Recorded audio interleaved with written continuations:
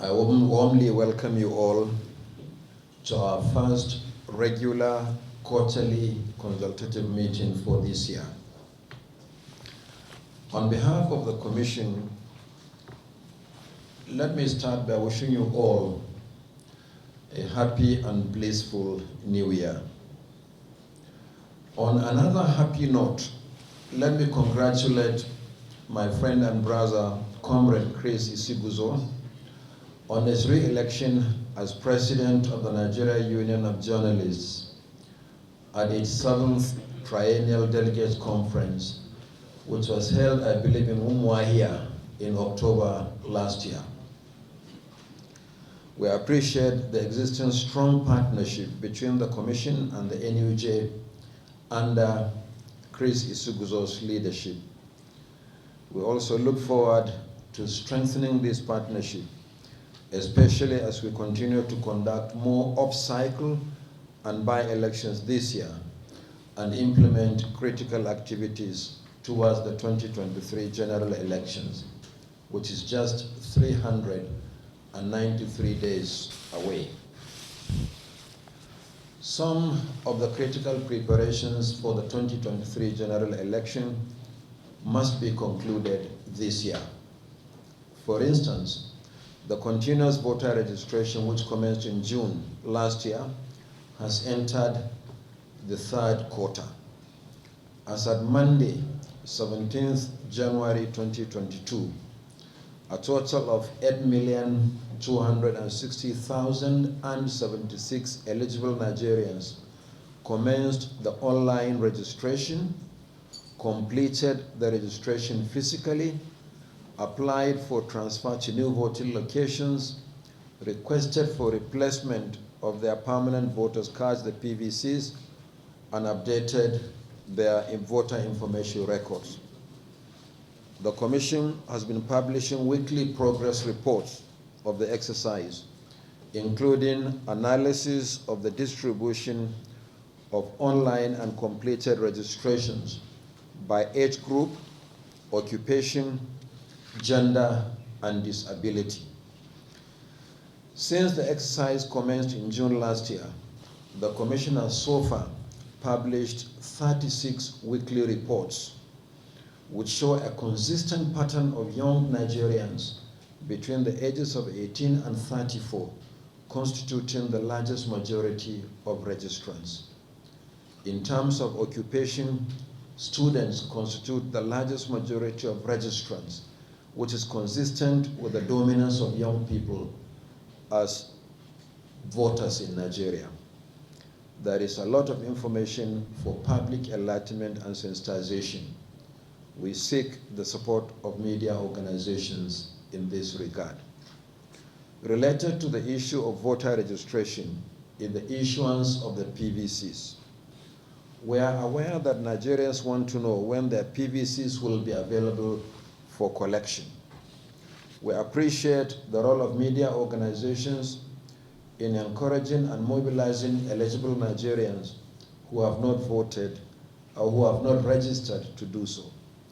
At the same time, we want you to continue to sensitize them that those who had registered at any time previously need not register again.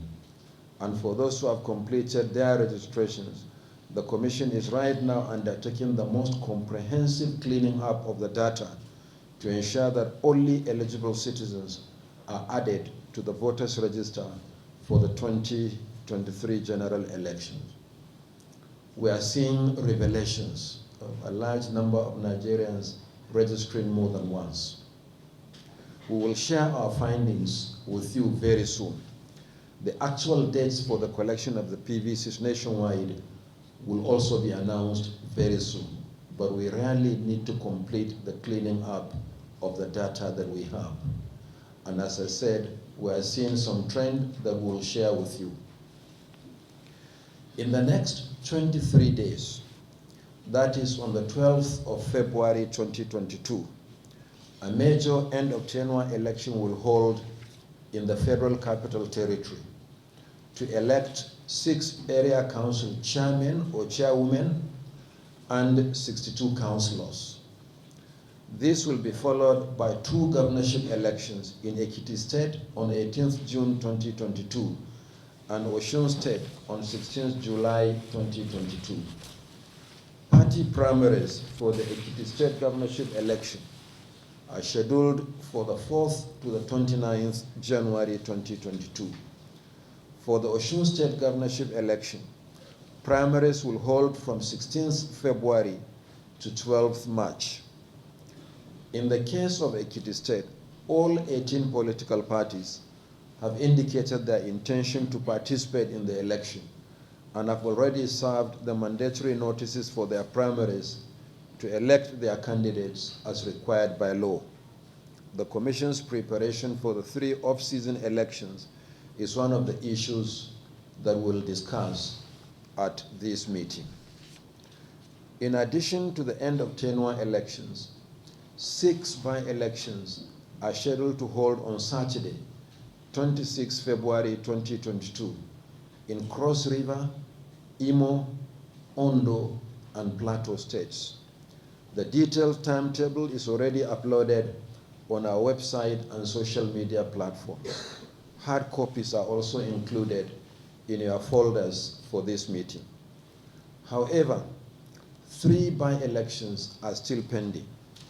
You may recall that the Commission suspended the Ekiti East 1 state constituency by-election in March 2020 following violent disruption by thugs. The election will now be combined with the state governorship election holding on the 18th of June 2022.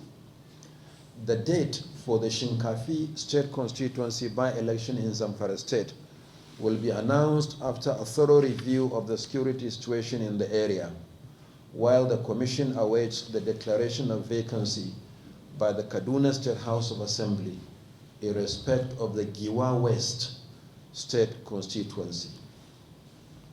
On this note, I want to draw your attention to the distribution of voters to polling units in the Federal Capital Territory, particularly the fact that 593 out of 2,822 of the total, that is 21% of these polling units, do not have voters.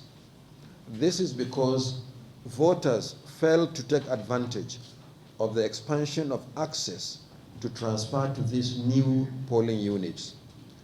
The list of polling units having 0 to 50 registered voters in the FCT is among the documents in your folders for this meeting. The Commission looks forward to the support of the media to encourage voters who wish to transfer from their present polling units to the new ones created as part of the Commission's expansion of voter access to polling units across the country. After all, your support was crucial to the success of the expansion of voters' access to the polling units for the first time in 25 years since the original delimitation in 1996.